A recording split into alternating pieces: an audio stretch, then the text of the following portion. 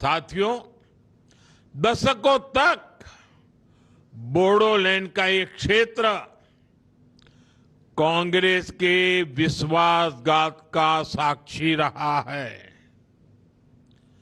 बोडोलैंड की अनेक पीढ़ियों को कांग्रेस ने झूठे सपनों में उलझाए रखा।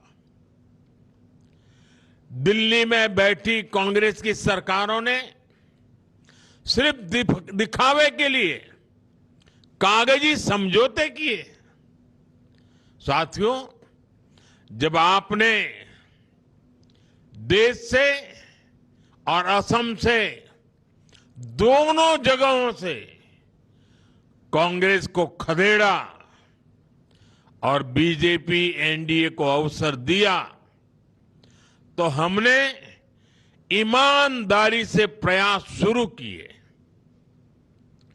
कांग्रेस जहां अपनी स्वार्थी राजनीति के लिए अलग अलग समुदायों में फूट डाल देती थी, वहीं बीजेपी ने स्थायी शांति के लिए काम किया। इसी सोच के साथ बोडो शांति समझौता किया गया। इस समझौते में पहली बार सभी प्रमुख संगठनों और समूहों को एक साथ लाया गया। साथियों, कांग्रेस की एक और सच्चाई है। कांग्रेस झूठे वायदों की दुकान है और एक झूठे वायदे के साथ 4 सुपर झूठ गिफ्ट में देती है, क्योंकि उन वायदों को पूरा करने का कांग्रेस का इरादा ही नहीं होता। वहीं आपके सामने बीजेपी एनडीए का मॉडल है। हमारी डबल इंजन सरकार ने जो भी कहा उसको सच करने की ईमानदार कोशिश की है। और ये आज की बात नहीं है।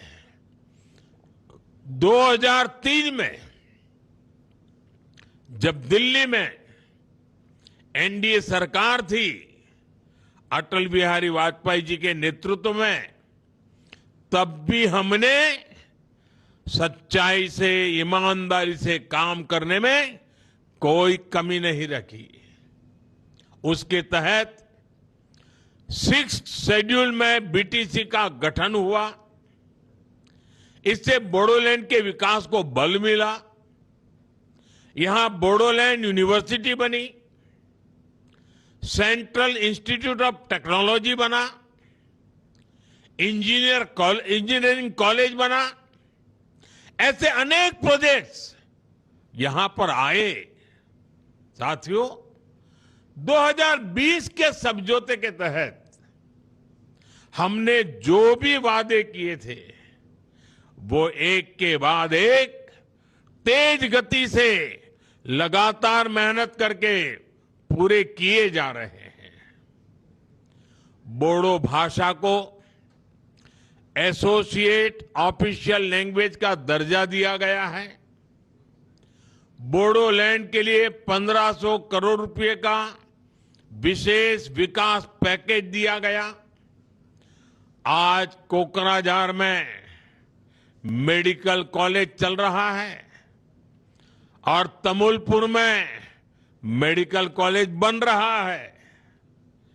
यहां नए नए ब्रिज बन रहे हैं। आज हथियार छोड़ने वाले असम के करीब 10,000 नौजवानों को मुख्य धारा से जोड़कर आगे बढ़ाया जा रहा है। वो सब माताएं हमें आशीर्वाद दे रही हैं, जिनके बेटे आज घर वापस लौटे हैं, खुशहाली में अपने परिवार के साथ जिंदगी जी रहे हैं। साथियों, हमारी सरकार ने यह भी सुनिश्चित किया है कि बोडो समाज की आस्था और परंपराओं को राष्ट्रीय स्तर पर सम्मान मिले। बोडो समाज की पारंपरिक आस्था बथाऊ को भी बड़ा सम्मान दिया गया है।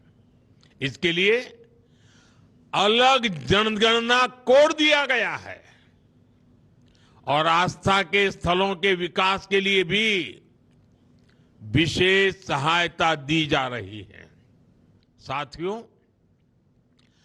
कांग्रेस का एक और बड़ा पाप है जो देश और असम की सुरक्षा के लिए बहुत बड़ा खतरा बन गया है, जिसने रोटी, बेटी और माटी तीनों की सुरक्षा को खतरे में डाला है।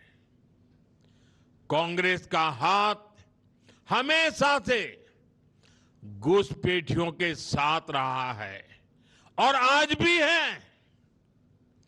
कांग्रेस ने दशकों तक यहां के मूल निवासियों को जमीन के कानूनी दस्तावेज तक नहीं दिए।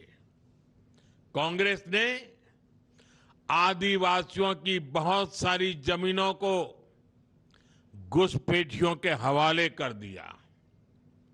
धुबरी और गोलपाड़ा जैसे जिलों में तो स्थिति बहुत भयानक थी।